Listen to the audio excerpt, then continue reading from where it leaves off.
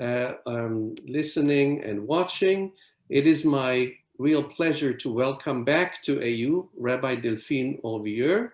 She is not only the third female rabbi in France, but also the face of a growing diversity within the Jewish community in France today.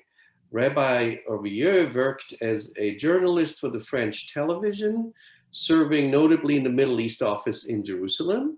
She then attained a double master's in Jewish education and Hebrew literature from the Hebrew Union College in New York, where she was also ordained as a rabbi in 2008. She's one of the founding members of Kerem, the Council of French-Speaking Liberal Rabbis, and works as a rabbi for Judaïsme en Mouvement, a community affiliated with the World Union for Progressive Judaism. Among her many activities, Rabbi Horvilleur created the musical services Aleph and Zimra for children and the entire community, as well as the Café Biblique, an interactive study group. Rabbi Horvilleur is also a leading French Jewish intellectual, the author of several books and essays, and the managing editor of Tnuah Review, described as a workshop for dialogue between art, current affairs, and Jewish thought. Rabbi Horvilleur was identified by the weekly magazine L'Express as one of France's 9 most promising young intellectuals and was named Manager of the Year by the Le Nouvel Économiste magazine. But we are here to discuss with you your book, Anti-Semitism Revisited, How the Rabbis Made Sense of Hatred, which just appeared in English last month. It is a most enlightening book, not only because it contains a lot of important material, but even more so because it is written beautifully and it tells the story from a perspective we usually do not focus on, the Jewish perspective, or to be more precise, the perspective of the rabbis and of traditional Jewish literature. And maybe we can start our conversation by you telling us a little bit more about the content of the book and how you came to write it. Well, thank you so much for the invitation. My connection now was not really good, so I heard part of what you were saying, which is actually interesting. I had to somehow, just like a midrash, you know, rabbinic literature, I had to fill in the void of what you were saying. First, let me tell you, it's a real pleasure to spend this moment with you, noon for you, afternoon for me here in France. I wish I could be somehow, physically visit you in the States. Hopefully soon it will be possible. So the book was released indeed in France in January 2019. The week it was released, in a weird, just a coincidence happened, and the French government released new numbers about the rise of anti-Semitism in year 2018, and they announced that there was a rise in 74% in the number of anti-Semitic incidents in France. So the book got here a very strong echo, which for me was interesting because as we will discuss, the book is very strongly grounded in rabbinic literature, Talmud, Midrash, rabbinic thought. And for me, it was striking and even moving to see that people in the street here of Paris, in the subways or the bus, were reading Midrash and commenting what the rabbis had to say about anti-Semitism. Indeed, my idea was to try to bring a new perspective on a topic. As you know, so many books have been written about anti-Semitism through an historical perspective or a psychoanalytical perspective or sociological, political, many directions we can research, but very few articles or books have been written about the way rabbis and Jewish literature analyzed along history the phenomenon. And I didn't mean to pretend or to say that the rabbis have a recipe or a secret recipe against anti-Semitism, because if they had, it would have proven itself very unsuccessful in history. But what was striking for me is to see that ancient rabbinic literature had a capacity to analyze sociological context or moments in history that enable that hate to grow. And those patterns they identified, I think, are very relevant for us today, because in many ways, the patterns in our contemporary society cross patterns they identified already in the Talmud or rabbinic literature. So I started to look for these texts in our literature, both in the way, for example, the Bible is interpreted, but also the Talmud speaks about specific encounters between rabbis and people who hate them. And it seems that they were aware of sociological patterns that explain that. To give you a very simple example, we are now immediately after the holiday of Purim. In Purim, that just we celebrated this week, the holiday of Purim. And Purim is the reading of the Megillah, the book of Esther. And I think above all, the book of Esther in the Bible is the book dealing with anti-Semitism. Of course, it's an anachronism to use that word that was invented in the 19th century. But the hate against the people of Israel is the core threat in the narrative. There is a genocide, the threat of a genocide in the book of Esther. And the rabbis tell this story and tell us to tell this story through a kind of reversal of tragedy. We are supposed to drink and celebrate and be in a kind of grotesque carnival to tell this story. I mean, they turn on its head anti-Semitism, but they keep in they analyze in this story elements that are relevant all along history. To give you an example, the character of Aman in the book that represents the anti-Semite, the essential anti-Semite, turns to the king of the time and tells him, you know that in your kingdom, live people who are like us, but not like us. They have their own sets of rules, and they also follow our regulations. So Aman accuses the Jews of the Megillah, Persian Jews, of being both the same and the other, of belonging and not belonging, being both insiders and outsiders.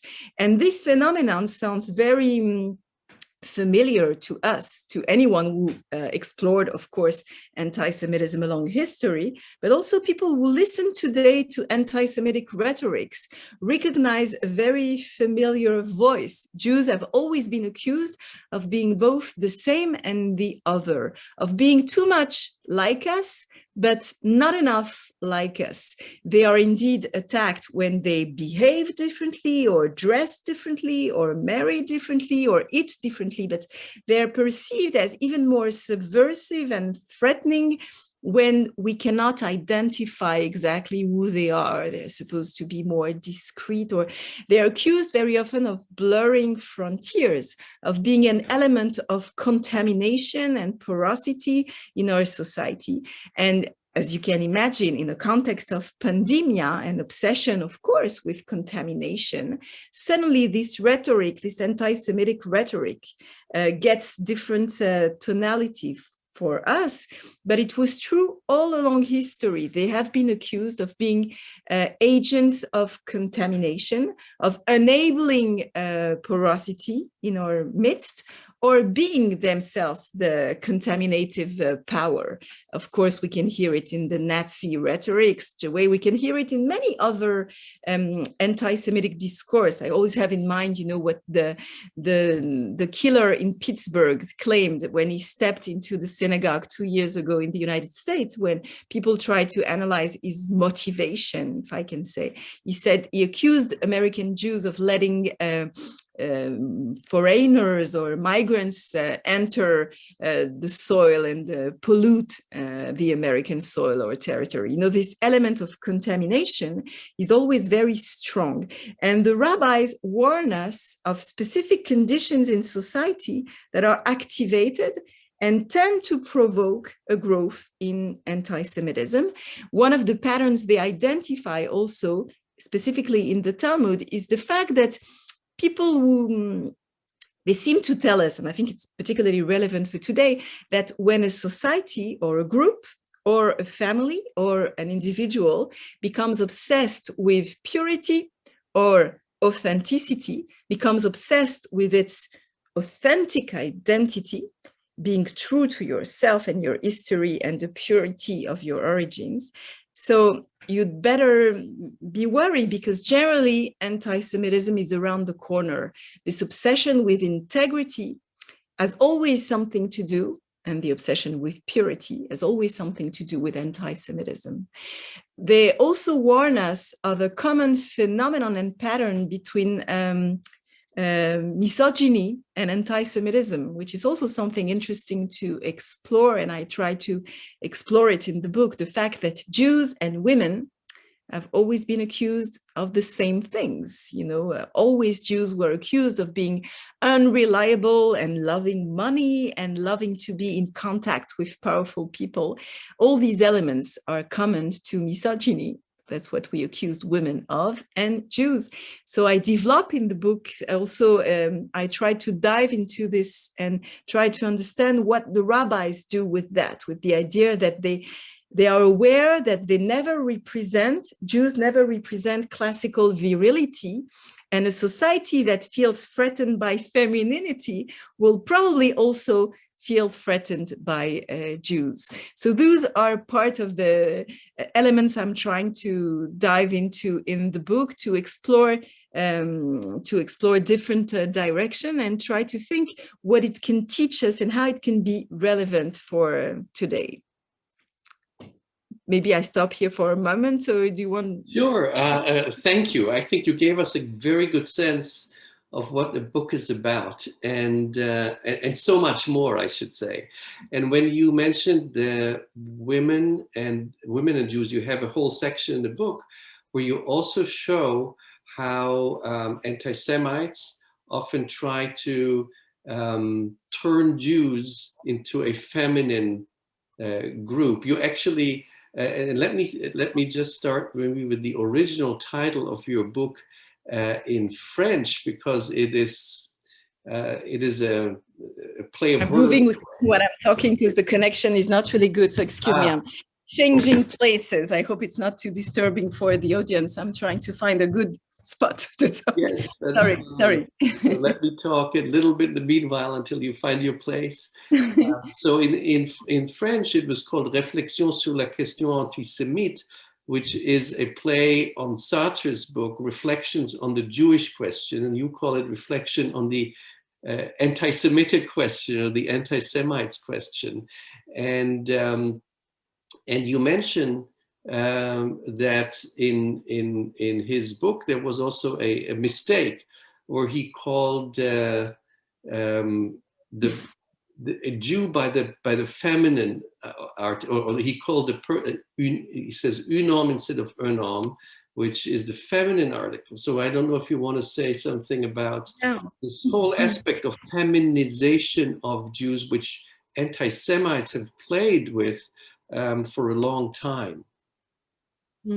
Yes, it's quite striking. Obviously, it's just a print mistake, but in one of Sartre's edition, you find it printed that the Jew is un homme instead of un homme. So the addition of this little e transform Jewish masculinity into a kind of femininity. And it's interesting because indeed, as I said, Jews have always been accused of lacking true virility, which is it has been explored by anti-Semitic literature in very interesting ways. For example, in Middle Ages, in Europe, many people thought that Jewish men have menstruation, but it's also a pattern that you will find explored in In Nazi Germany also, there was this idea that that the problem in society was, and the problem with Jews is that they were introducing a feminine way of being or thinking. And in France in the 30s, when Léon Blum became the head of the state, a Jewish man became for the first time head of the state, it's pretty clear that he was constantly accused of being a kind of sissy feminine being and not being viril enough. So it's really a constant pattern. But I could also look at it in another direction. When you look at the way witches are represented in medieval caricature, the way negative or subversive women power is drawn, very often you find classical anti-Semitic drawings, like, witches are represented with their crotch nose, with their long hands, exactly the way Jews are represented. So the link between femininity and Judaism has been a constant feature.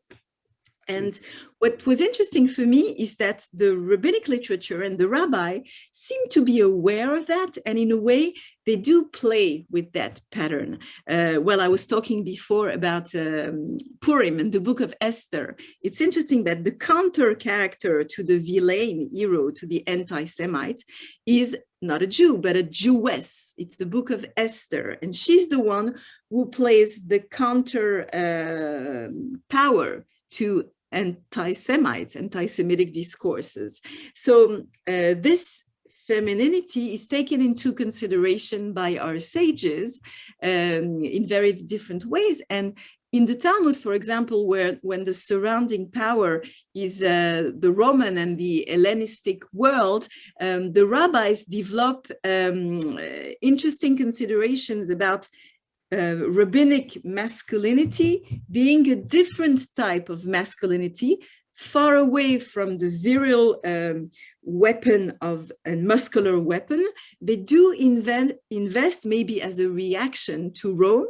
They invest or create another type of manly being, the rabbi, as other masculine weapons, described as its possibility, for example, to interpret the text, to fight with his mouth, with his ability to talk and demonstrate and interpret the text. So the weapon of language becomes, in the Talmud, like a Jewish tool. Obviously, Daniel Boyarin and many other people have written beautifully about this topic already years ago.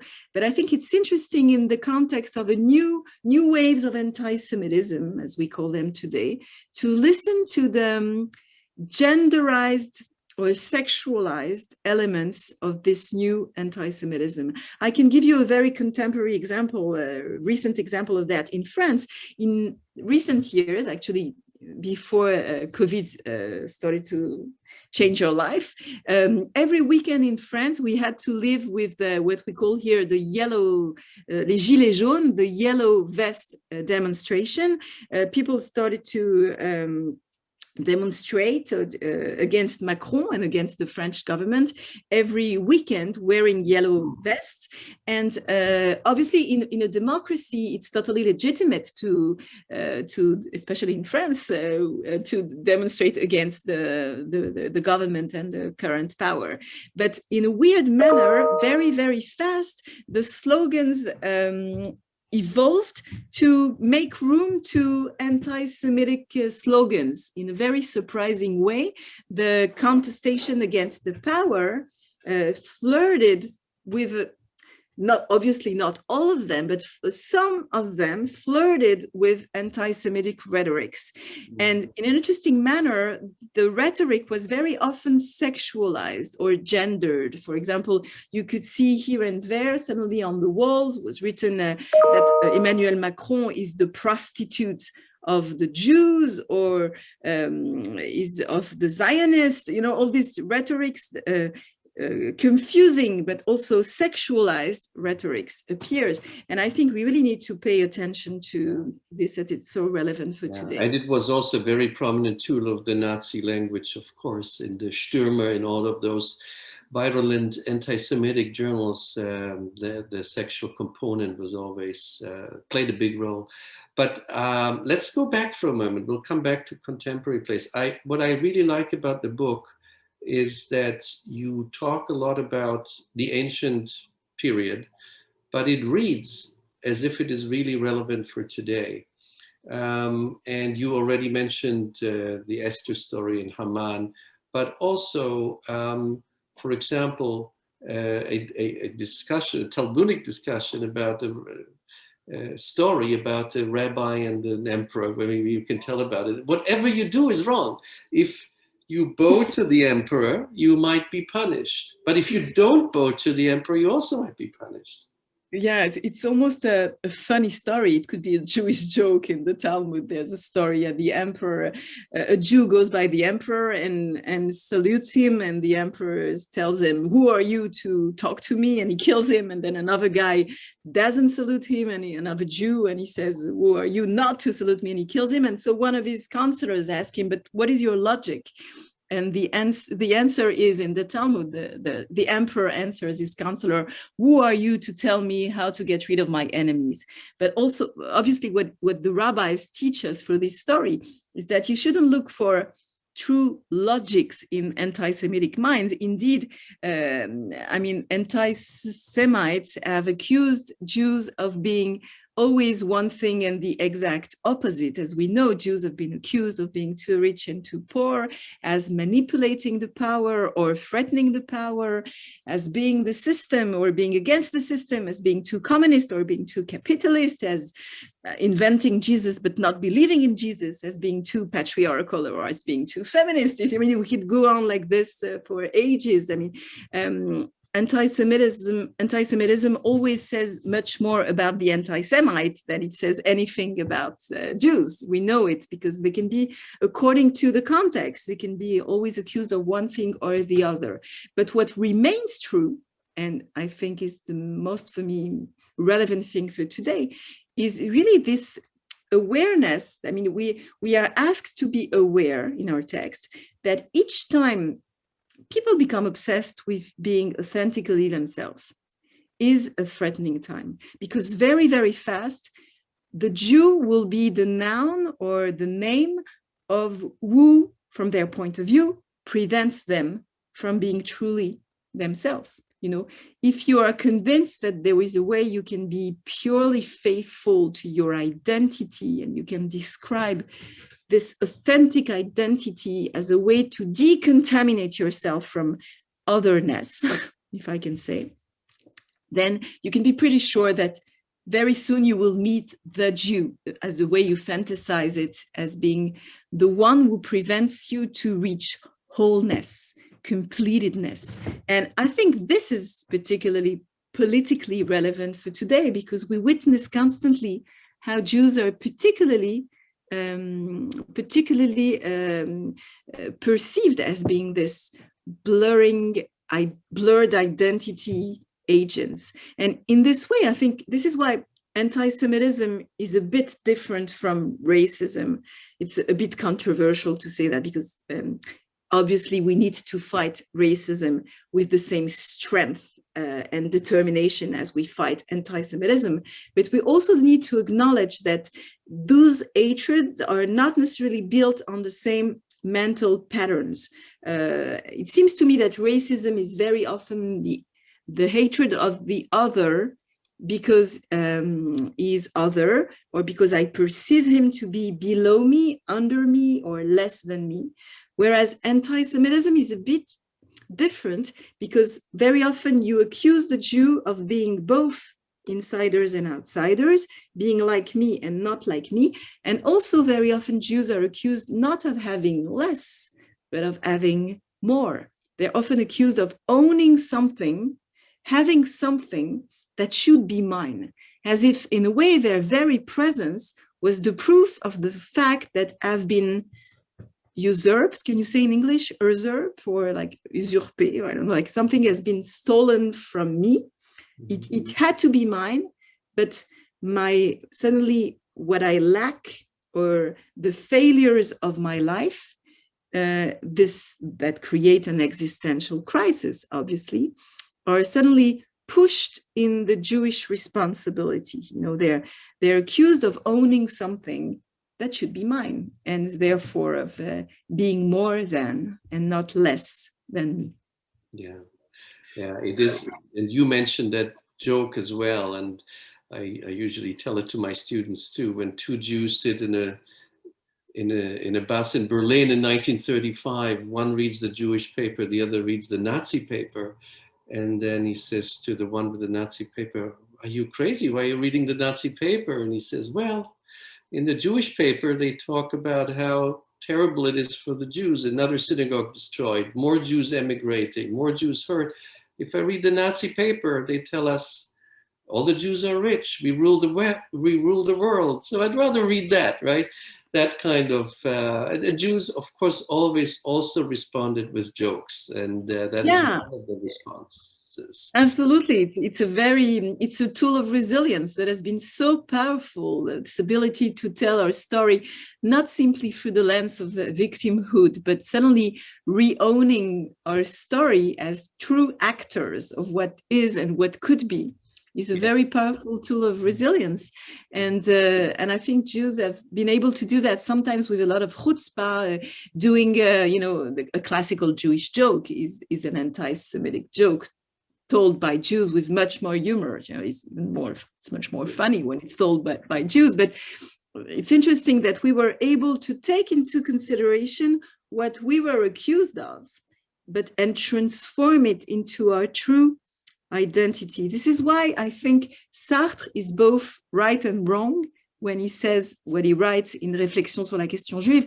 The old Sartrean theory, as your audience probably know, is that the anti-Semitic gaze creates the Jew. Like, you're a Jew only because you are looked by others as a Jew. And I think it's partly true, but it's not entirely true. And I think the secret of Jewish resilience has to do not only with the way what was inflicted to us, but also relies on something that we are unable totally to describe. The fact that Jewish identity is impossible to describe. I mean, you can ask two Jews, they will not tell you the same, they'll give you the same definition of where it stands for them. Are they Jewish because their parents are Jewish, or their children or grandchildren, or because of their practice or belief? No one will agree on a definition. And because it escapes definition, therefore it escapes finition. It's impossible to fin it in a definitive way, to give the definition of what it means to be a Jew, and therefore it escapes an absolute definition of authenticity. What does it mean to be authentically Jewish? No one knows. And therefore it's quite, I think the rabbis' theory about quest of authenticity being related to anti-Semitism is a very powerful one, because indeed what Judaism has to offer in the world is a lack of identity definition, in a way. And it's almost like a counterpower to the obsession of some people in defining who they are. I think you end the book basically by saying, as long as Jews have no way of agreeing on one definition of what Jews are, what Judaism is, you can never, once they would really have this answer, then you would give the victory to the anti-Semites, right? Is that? Yeah, I'm trying to comfort, quote unquote, the anti-Semite. I tell him there is a way to get rid of the Jews. I mean, if you manage to convince the Jews that they know exactly how it works, like what it relies upon and what makes them Jewish, then they will probably disappear. But it will not happen as long as no one is truly able to define what makes him or her a Jew. As long as two Jews are left in the world, we won't have an agreement. I guess. Sometimes even one, you know, sometimes I mean, I probably don't agree with people, myself. yeah, from day to day, I change my mind. Let me ask you, let us move slowly into the contemporary world. And of course, our viewers are also interested in to hear from you about the situation in France. And I already see a few questions on that. I also have a few students participating who are part of a class I'm teaching on Israel and Europe. And France, when we talk about Israel and Europe, France was a very, very strong partner, the strongest partner of Israel in its first years of existence in the 1950s. And that changed in '67, and there was the famous or infamous interview de Gaulle gave in 1967, where he called, it wasn't about Israel, but he talked about the Jews, and he called the Jews an elite people, self-assured and domineering. And that is a pretty anti-Semitic quote. And how come that somebody who, you know, well, this statement has been really, people have tried to interpret it at length, taking into consideration the fact that de Gaulle was not an anti-Semite, which is maybe a parenthesis I'm opening now, is that I think, and I experience in recent years that instead of splitting the world into anti-Semites and people who are not anti-Semites, I think it's a much more powerful tool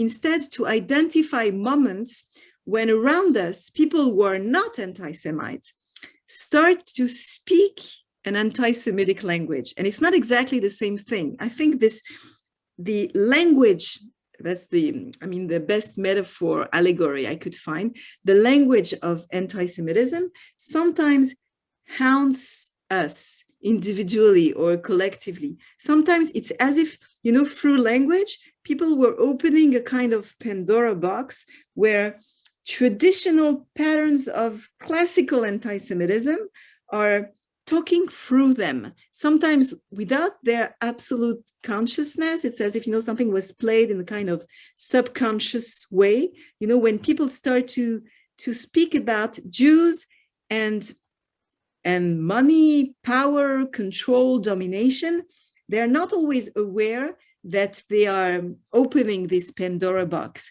but they are actually, you know, because they play with the language that historically has been the one of anti-Semitism. So to speak about the situation in France through the example of de Gaulle, but more widely, I think the way we could summarize this is that in its relationship to Jews, France, as in a very interesting and striking way, has always been the place of light and darkness, the place of a mysterious equilibrium between blessings and curses. France is the place, the country where Jews were first given emancipation. I mean, it has a history of being really the first country that emancipated Jewish citizens, but it's also the country of Vichy and collaboration. France is the first country that pushed to power, elected Léon Blum, like a French citizen who became the head of the state in the 30s, last century. But at the same time, it's really in recent years the country that where Jews have been killed because they are Jews. So, and I have no true.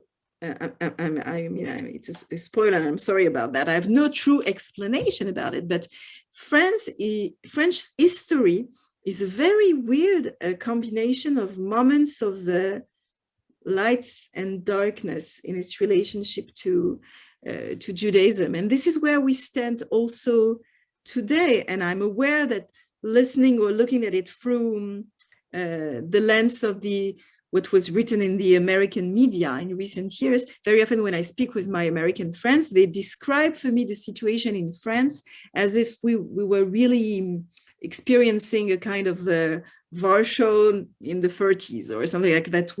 Our suitcases were ready and we were, as if I was threatened or my children were threatened in the street. And this is not reality. I mean, there is a crisis. It would be crazy to deny what has been a problem with the anti-Semitic incidents in France for the past 20 years. But at the same time, the situation is more subtle than what has appeared sometime in the foreign media. Yes, this is where we stand today. The situation is complex, but at the same time, the government and public power has been very, very firm on its fight against anti-Semitism and racism. Yeah. So the situation is more complex because I think we have all experienced, not only in France, a change in the landscapes for the past 20 years. I can testify as someone who grew up in France in the 80s and who was a teenager in the 90s. I was really convinced when I grew up in France that anti-Semitism wouldn't be my fight, wouldn't be the fight and the threat of my generation, because somehow I believed, in a very naive way, I understand it today, that we were born so close to the end of the war that the word we would be somehow immunized. You know, there would be a kind of collective immunity against this threat. And for me, everything changed in 1990. And that year, a cemetery was in the south of France was desecrated. And I remember clearly hundreds of thousands of people walked in the streets of Paris after this. And I remember thinking, okay, I'm wrong. It might be also the fight of my generation. And then things became even more, of course, threatening and scary. At the beginning of year 2000, when, 2006, Ilan Halimi, a young Jewish Parisian, was kidnapped, tortured, and assassinated in the suburbs of Paris. 2012, children were killed in their school in Toulouse, assassinated. And something changed for us all, but I would say particularly something changed for the Jews, because they experienced what I have to call loneliness. In 1990, France was in the street to demonstrate against the profanation of the cemetery. But in 2006, when Halimi was killed, and then in 2012, when the children of Toulouse were killed, we were alone. It felt very lonely because suddenly our usual allies had somehow, I don't know if it's honest to say they disappeared, but they were very embarrassed with the situation. And today, with this latency in time years have passed, we can acknowledge that part of the discomfort of our usual allies had to do with the fact that this anti-Semitism was coming from a population that was clearly itself victim of racism. The fact that, that the killers were themselves had to be protected against racism, somehow created in people's mind, and especially in the left party's mind here in France, a kind of a chiasm impossible to reconcile, Yes. And I just want to remind our audience that it is always easier to point to other places. So we shouldn't forget that more people have been killed in anti-Semitic attacks in this country, the United States, than in France. But of course, it's also a much larger Jewish community. The situation is, of course, different. You have pointed out to the tension between an immigrant population and the Jewish population. It often comes from the same background, from North Africa as well. But there is, of course, a problematic relationship. And I don't know if you want to say a little bit more about this and what role Israel plays in all of that. Well, it's interesting because at the beginning of year 2000, when anti-Semitism was on the rise, many Jews here in France warned the government and the media about this rise in anti-Semitism. But at the time, no one was willing to put the word anti-Semitism on what people were describing. Jews were accused of being kind of paranoia or exaggerating the situation, or people were talking about tensions between communities, and this idea of inter-communities tension was in a way preventing the nation from taking its responsibility and naming the phenomenon. And then undoubtedly, the question of the Israeli-Palestinian conflict was also used as, as the kind of an explanatory mode of why the tension was rising. But we know today that it's actually much more complex than that. No doubt that the fight for the Palestinian fight was used in many suburbs here around Paris as a kind of fuel to develop the anger, but it's definitely much more complex than that today. We witness that, yes, anti-Semitism is coming today from both sides of the political spectrum, both extremes, and also from religious fundamentalism. But as you said, what is interesting is that in the year, really the end of the 20th century, very often in the suburbs of Paris, Jewish and Muslim population, as you said, coming from the same often cultural background, used to live very close to each other, and something then broke at the same moment when we started to use differently the language. Even the words we use to talk about each other and about ourselves changed. To give you again an example, I grew up in France when I never spoke about myself as being a member of the Jewish community. We never used that word because we never use really community in the French system and society is a pretty dirty word. I know it's difficult to understand for an American audience because in America, the word community is very positive. In France, it's very negative because it's perceived, your belonging to a community is perceived as a threat to the République model, who promises that it will defend individuals against the pressure of their community of belongings. So it's not always easy to explain, just the way it's not easy to explain laïcité in America. Maybe there will be questions about that, I don't know. It's very difficult to explain why, really for my generation, we were never talking about ourselves as being members of a Jewish community. But suddenly, during the 90s, something changed. Suddenly, we started to speak differently about ourselves, and also started to speak differently about Muslims, because when I was a teenager, we used to call the children of the migrants, we used to call them, children of the immigration. That was how the name for them. But we never detailed their religious background. We never said the Muslims. And I spoke about it very often with one of my friends. I wrote a book a few years ago with an Islamologist, Rashid Benzine, who comes from Morocco. And he has this very powerful image. He says that around the 90s or beginning of year 2000, by an operation of the Holy Spirit, he says, he became a Muslim. This is how suddenly people started to define him as like that. And I think it's always interesting to listen to the words we use to define the other and to define ourselves. Suddenly we've been ethnicized and communautarized. I know it's not an English word, but it's a French one. We became suddenly, before everything else, members of our ethnic communities. And this is totally new for France, and it goes totally against our historical heritage of laicity. That is really interesting, because that is something very different in other countries, certainly different also to the European context. When I grew up in Germany, one was just a member of a Jewish community, but the French case is really different. Let me take a few questions from our audience. There is a question about what should the French government do? What can the French government do to decrease anti-Semitism?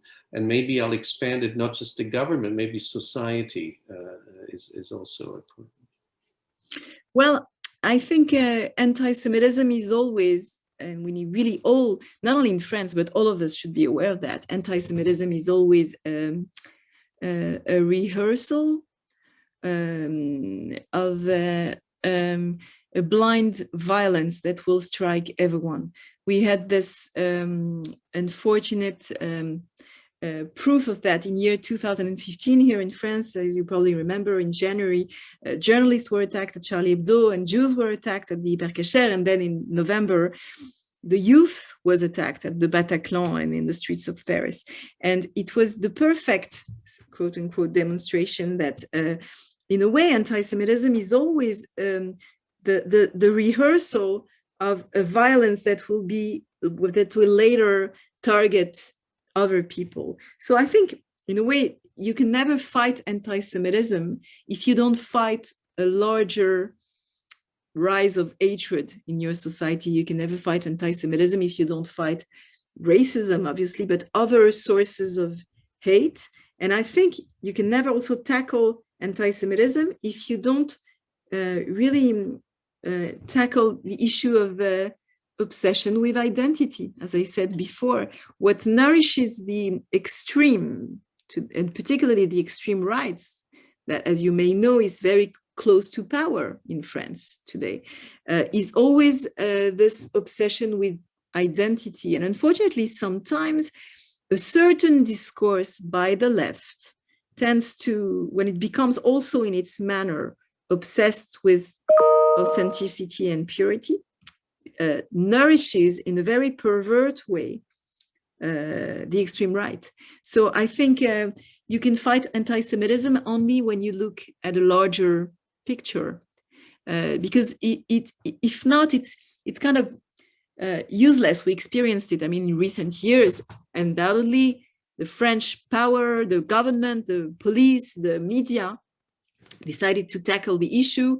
As a Jew, as a rabbi here in Paris, have been, under protection. My synagogue has been protected. We received so many support and protection, and but it doesn't change anything. Even contributes in a way to a vicious circle of anti-Semitism that you all are aware of. When Jews are threatened, they get protection. When they get protection, people say that they get too much protection. And how is it that they are protected and we are not? Why do they have cops in front of their schools and my son is not protected? And it in a way, in a totally vicious way, it strengthens antipathy and even heightens the tensions, the anti-Semitic tensions. Back to the parable of the emperor. If you salute, it's bad, and if you don't salute, it's bad. If you have too much protection, then you also, and if you don't have protection, then it's also not good. So it is difficult. Let me ask, if you don't mind, a personal question. Since you have lived in the United States for a few years and got your education as a rabbi here, how do you feel it different, if you can say that, living as not just a Jewish woman, but a public person who is Jewish and is known as Jewish as a rabbi in France as compared to the United States? Well, I'm happy you asked the question. I think today we witness a true misunderstanding between our countries, and it's often expressed through the way we tend not to understand each other's language. I'm talking now more metaphorically. When people speak about laïcité, when I try to explain to my American friends laïcité, they really don't get it. But the same way that I think French people don't really understand the American recipe of secularism. And again, I gave another example of community, which in America sounds as a very positive notion, but not in France. And I think we should always be aware that our language is the product of our history and actually is built of layers of sedimentation, almost. It's like words are like geology. You should always be aware that they are like really layers of sands and earth and history that build them. And it's not always possible. There's always a kind of lost in translation. So I think that to answer your question, I think that indeed the way I behave here or experience my Jewish life, or even is deeply charged with French history. The way French history dialogued with religion is worked in its history with a certain level of discretion, meaning that you can be and believe whatever you want, but it should never, you should never, speak in the public ground simply through your affiliation or your belonging. Let me try to be a little bit clearer. When in America, I hear so often people who start their sentence saying, as a Jew, I believe that. As a Black person, I think that. As an LGBT member, I understand exactly in the context of America what those people mean. But this sentence, I cannot pronounce in France. There's no way I'm going to start a sentence saying, as a Jew, I believe, or I think, or I do, because it's totally contrary to my history and my belief here as a Jew. When I start a sentence, I always feel that I need to explain that I'm not just a Jew. I could say, as a Jew, as a mother, as someone who lives in Paris, as someone who never does any sport, and as someone who likes sushi, I can tell you that, and then this list could go on and on and on, because part of the promise that the République has given me as a citizen here in France is that my Jewish identity will never be will never encompass, what I say. Like, it will be part of what I express, but I can never start a sentence like that. And I'm not saying that American people shouldn't do that. I think it fits their history and the way, like a collective consensus and an heritage that fits with definition. But there's no way we can understand the other if we don't respect the different layers of history. For example, the question of secularism versus laicité cannot be understood if you don't know the history of our different countries. America has been created by people who fought for their freedom of religion, whereas France, modern France, has developed because we were able to get rid of the coercion of religion. So France was created as a freedom from religion, in a way. A freedom of religion has something to do with a freedom from the weight of the Catholic Church. And if you don't know that history, there's no way you can engage in a true dialogue. I always say, and I strongly believe in it, that you can engage in a dialogue only once you recognize that you will never completely understand the other, because his story is not your story. I'm really grateful that you bring in all of those issues, because if we just try to understand anti-Semitism through the fact that there is immigration, or there is anti-Zionism, and there is this and that, it takes not into account that every society is so different, and a factor like laïcité, the whole idea of being I don't even know how to say it in English, laicist state, or a deeply secular state, plays a big role. The political system plays a big role. But let me also take a couple of more questions from the audience. My colleague Lisa Lev asks, can you speak to the role of the Catholic Church in France with regard to anti-Semitism? Well, a long history, Catholic Church had a huge responsibility, as we know, in the rise and the theology of anti-Semitism. But since the Vatican II, how do you say in English, like when the Church changed its theology or its dogma concerning the Jews, and started to pay tribute to Jewish roots of Christianity a few decades ago, I think the Church engaged in a very powerful process of self-criticism.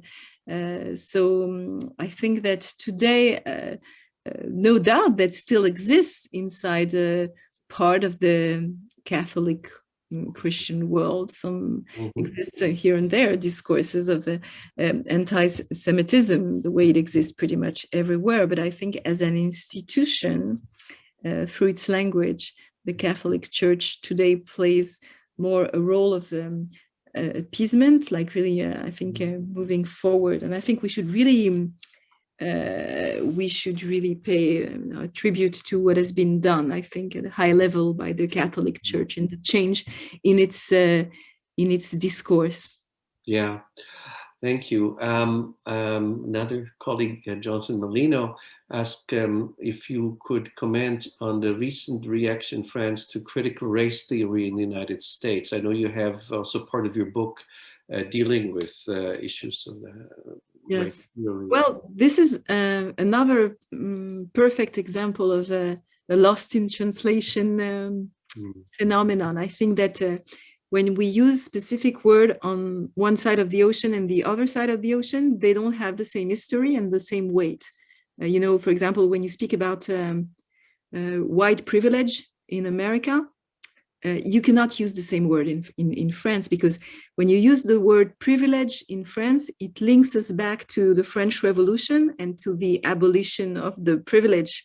And so, you know, words needs to find other ways of being translated. The same way that, for example, in French, when you use the word collaboration, you cannot use that word and not hear what it says about Nazi period and Vichy.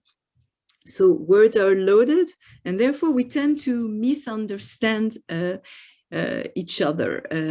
France chose historically, I would say, the side of universalism. Sometimes it creates, you know, this choice and this absolute choice of universalism and refusal of communautarism. Again, I have no idea how to translate it into English. Creates tensions in France, undoubtedly today, but it's faithful to a certain French recipe, a certain French recipe of promising equality between individuals, which is not a recipe of equality between groups and community. It doesn't work here. So this is why the ongoing reflection about, you know, I don't know, about discrimination, racialism, white privilege in America, when it crosses the ocean, it has to find a translation that will be audible for Europeans. Yeah. And it's not yet the case. There's something that misses. I heard that we are now talking with subtitles, so I don't know, I don't see the subtitles, but I think we didn't find yet right subtitles for this cross-ocean dialogue. Yes, I think lost in translation is it's really, as you say, you can't just use the same words, translate them, and they have the same meaning. Mm-hmm. And if I may add, it is so true in German too. So many words are contaminated through Nazi language that they were innocent words before the 1930s, but they have a very different meaning now. So it is very hard just to use the same words but they have different meanings in different languages.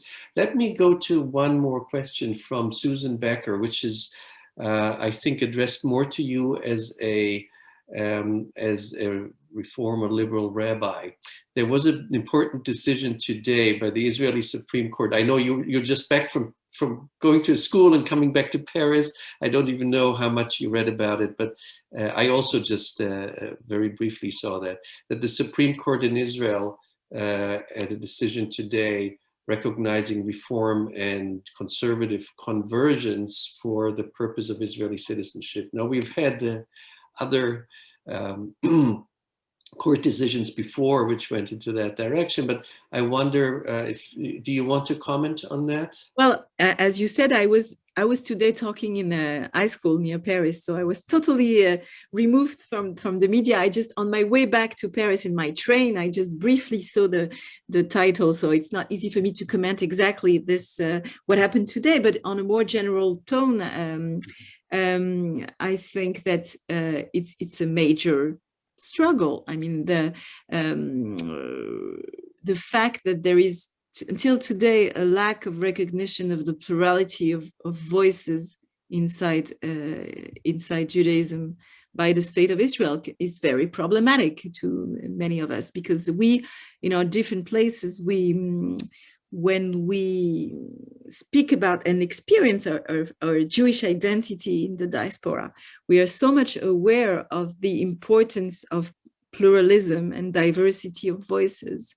And I think that the state of Israel has to reflect the absolute legitimacy of those different voices. You know, I always have in mind this sentence that I keep quoting by Amos Oz, who says, "We, the Jews, have never been able to agree with a sentence that starts with we, the Jews." And I think it's a very powerful statement about Jewish identity, our vulnerability, but also our strength. And I think really more than anything else, our strength and our ability to endure in history and to be alive has to do with the fact that we can disagree with each other and still remain a people who is able to recognize that he will not agree with anyone who speaks in his name. Like, no voice can speak in the name of the group, except if that voice is willing to listen to the multiplicity of voices that compose that group. And this is where we stand today. Yes, thank you. Here's a question from Eric Alterman, who asked, how much hostility towards Jews do you attribute to the occupation and sympathy for the plight of the Palestinians? Well, I think that unfortunately it's not, I mean, it's not seriously connected. I mean, you know, obviously when something happens in Palestine, in Gaza, you see immediately that there is a rise in anti-Semitism incidents in Europe, or also maybe in America, like that there is supposedly a direct link between what happens in the Middle East and the way it strikes Jews in the diaspora. But I think that actually anti-Semitism existed before there was an Israeli-Palestinian conflict. And I'm afraid, yeah, it would exist even if tomorrow we were to find peace, because people would always find another good reason to attack the Jews. As I said before, Jews have been, you know, accused of being too much of this and not enough of the same. Unfortunately, I'm afraid that the resolution of the Israeli-Palestinian conflict, which I pray for, I'm afraid it won't necessarily end the anti-Semitism. Yeah. And here's an interesting question by Russell Bikoff. You argue that France historically has no established state religion, yet unlike in the US, France recognizes religious organizations as official representatives. I think he thinks of the CRIF and other organizations of their religious members, and even give them funding. No, there's no founding of synagogues and religious places in France. There is no funding. Yeah. There is, I mean, there are fundings of the cultural activities, but not of any religious activity. Yeah.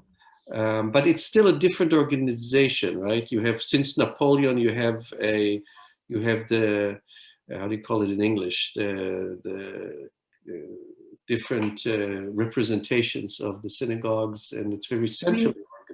What Napoleon created, maybe it's important to say a word about Napoleon 2 centuries ago created a consistoire, and it's a body, a representative body. Napoleon was a very, very good strategic military person. And of course, he thought that it would be much more efficient to talk to one person when he speaks with the Jews. So he created a consistoire who supposedly speaks for all the Jews, and with at its head a chief rabbi. But this recipe is actually both military influence, but also it has clearly a Catholic influence, because Jews never had a chief rabbi along history. I mean, as we said before, they're unable to agree between themselves, and sometimes never agree with themselves. So imagine having a chief rabbi who speaks in your name. It kind of contradicts the very principle of Talmudic disputation. But Napoleon, when he created it, in a way, threatened and jeopardized the development of pluralism in France, because from the moment you say that the consistoire speaks in the name of all the Jews and the chief rabbi represents them all, so two options, or all the sensibilities are represented at the consistoire and therefore it's true, But it's not the case today. Today, the consistoire is an Orthodox body.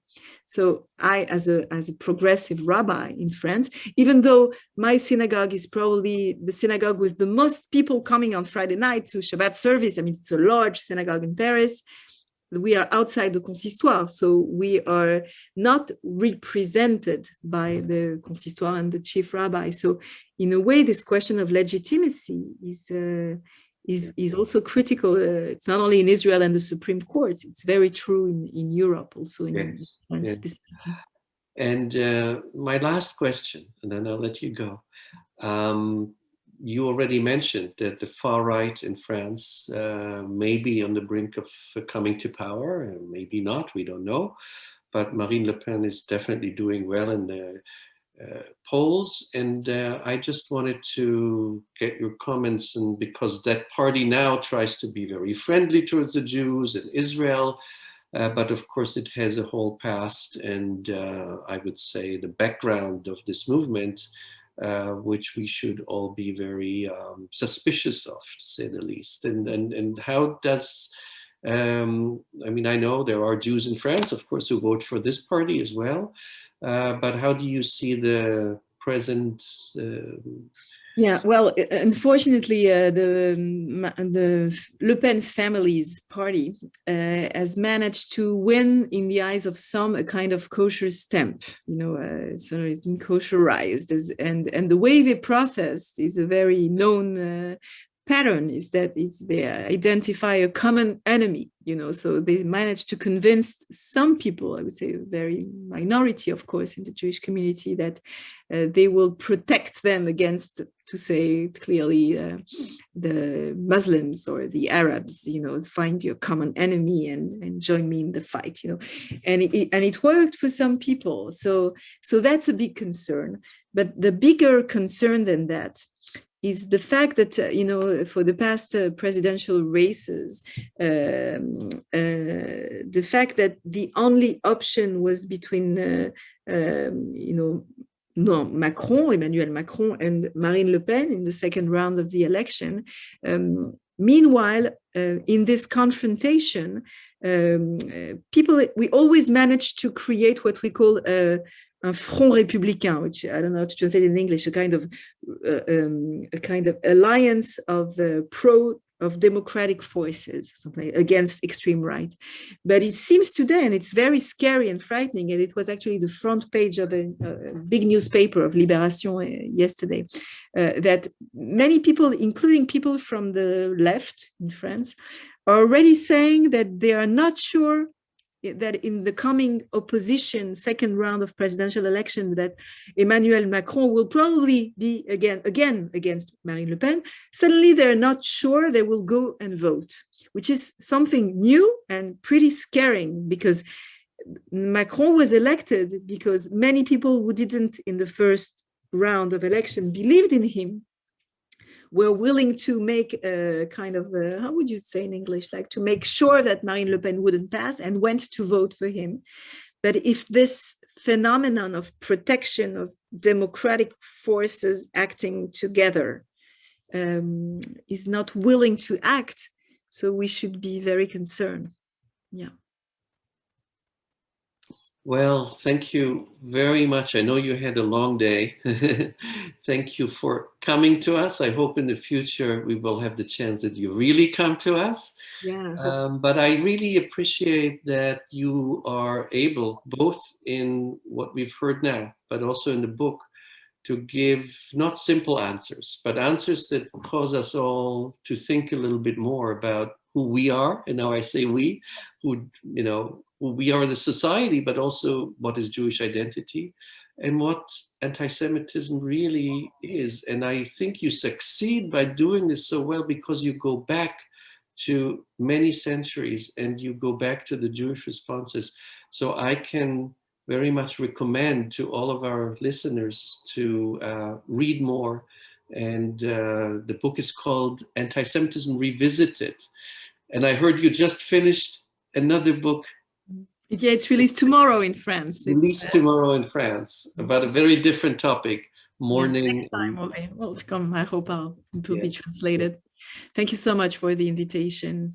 Thank you. And I also want to thank my co-conveners for this series on anti-Semitism, my colleagues, Professors Pamela Nadell and Lauren Strauss. And of course, my thanks go to Laura Cutler for this preparation, which is always more than we think. So thank you all. And thank you, of course, to our audience and all the questions you posed. I hope we were able to answer at least some of them. Goodbye. Goodbye.